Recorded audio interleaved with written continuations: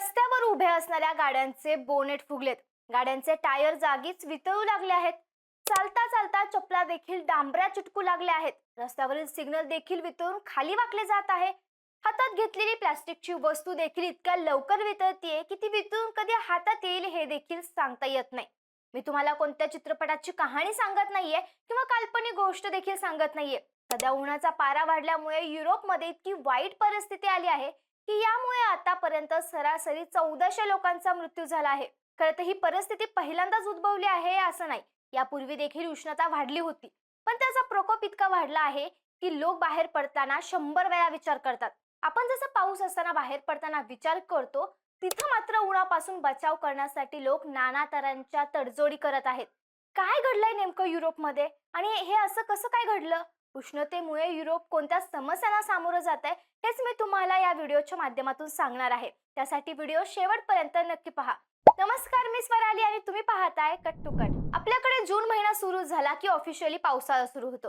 जरी यंदा पाऊस अजून तितका सक्रिय झालेला नसला तरी आपण मान्सूनच्या वातावरणात आहोत. मात्र याच दरम्यान युरोपमधून मोठ्या प्रमाणात बातम्या आणि व्हिडिओज यायला लागलेत की तिथं चक्क रस्त्यावरचं डांबर वितळतंय. लोक रस्त्यावरून चालत असताना त्यांच्या चपला त्या डांबरमध्ये चिटकतायत. रस्त्यावरून जाणाऱ्या गाड्यांच्या टायर्सना डांबर चिटकतं.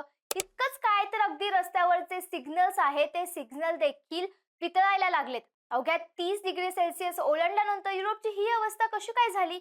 म्हणजे युरोपमधलं 30 डिग्री सेल्सिअस तापमान हे आपल्या इकडच्या 30 डिग्री सेल्सिअस तापमाना इतकंच असतं. आता आपल्याला प्रश्न पडतो की आपल्याकडे 30-35 अंश तापमान अगदी सामान्य मानलं जातं. मग युरोपमध्ये एवढा हाहाकार का माजलाय? याचं पहिलं आणि मुख्य कारण आहे तिथलं इन्फ्रास्ट्रक्चर आणि तिथल्या नागरिकांना वर्षानुवर्ष असणारी थंड हवेची सवय. युरोपमधील बहुतांश देश हे थंड हवेचे आहेत. तिथे अनेक महिने हिमवर्षाव होतो. त्यामुळे तिथली घरं आणि इमारती अशा पद्धतीने बांधले जातात जेणेकरून बाहेर कितीही थंडी असली तरी घराच्या आत उष्णता कोंडून राहील आणि घर हे उबदार राहील. पण आता जेव्हा बाहेरचं तापमानच इतकं वाढलंय तेव्हा हीच बांधकामं उष्णता बाहेर सोडण्याऐवजी ती आतच साठवून ठेवत आहे. यामुळे घरांच्या आतील तापमान बाहेरच्या पेक्षाही भयानक वाढलंय. सोबतच तिथल्या नागरिकांना इतक्या उष्णतेची सवयच नाहीये. दुसरं महत्वाचं कारण म्हणजे गॅजेट्सची कमतरता. युरोपमध्ये मोस्ट ऑफ द टाइम हे थंड वातावरण असल्यामुळे तिथे आपल्याकडे घरांमध्ये एसी किंवा सिलिंग फॅन किंवा टेबल फॅन आपल्याला जसे दिसून येतात तसे युरोपमधल्या घरांमध्ये आढळत नाहीत. कारण बहुतांश कालावधी थंड वातावरण असल्यामुळे तिथे त्यांना या गॅजेट्सची गरज भासतच नाही. तिथं त्याऐवजी हीटर्स हे घरांमध्ये सर्वसामान्यपणे दिसून येतात. मात्र अचानक आलेल्या या उन्हाच्या तडाख्यामुळे तिथल्या बाजारपेठांमध्ये पंखे आणि एसीचा तुटवडा देखील जाणू लागला आहे, ज्यामुळे लोकांना घरात राहणंही कठीण झालंय. युरोपमध्ये सध्या वाढत असणारी उष्णता ही हीट डोमचा इफेक्ट आहे असं म्हटलं जात आहे. आता हीट डोम म्हणजे काय तर एखाद्या पृष्ठभागाच्या दोन्ही बाजूला उच्च दाबाचा पट्टा किंवा क्षेत्र तयार होणं आणि यामुळे गरम हवा ही एखाद्या भांड्यात अडकल्यासारखी अडकून राहते. ती स्प्रेड होऊ शकत नाही, ती पुढे सरकू शकत नाही. युरोपमध्ये सध्या हेच होतंय. युरोपच्या दोन्ही बाजूंना असणाऱ्या समुद्रावर हा उच्च दाबाचा पट्टा तयार झाल्यामुळे ही हवा युरोपच्या पृष्ठभागावर अडकून राहिली. या संपूर्ण प्रक्रियेला हवामान शास्त्रज्ञ ओमेगा ब्लॉक असंही म्हणतात. या घटनेला ग्रीक अक्षर ओमेगा वरून नाव मिळालं आहे, कारण यावेळी हवेचा दाबाचा आकार देखील हुबेहूब या अक्षरासारखाच होतो. यामध्ये दोन्ही कमी दाबाच्या क्षेत्रांमध्ये एक उच्च दाबाचे क्षेत्र अडकले असते. या उच्च दाबाच्या क्षेत्रामुळे जमिनीवरील गरम हवा वरती जाऊ शकत नाही आणि ढगांची निर्मिती मंदावते.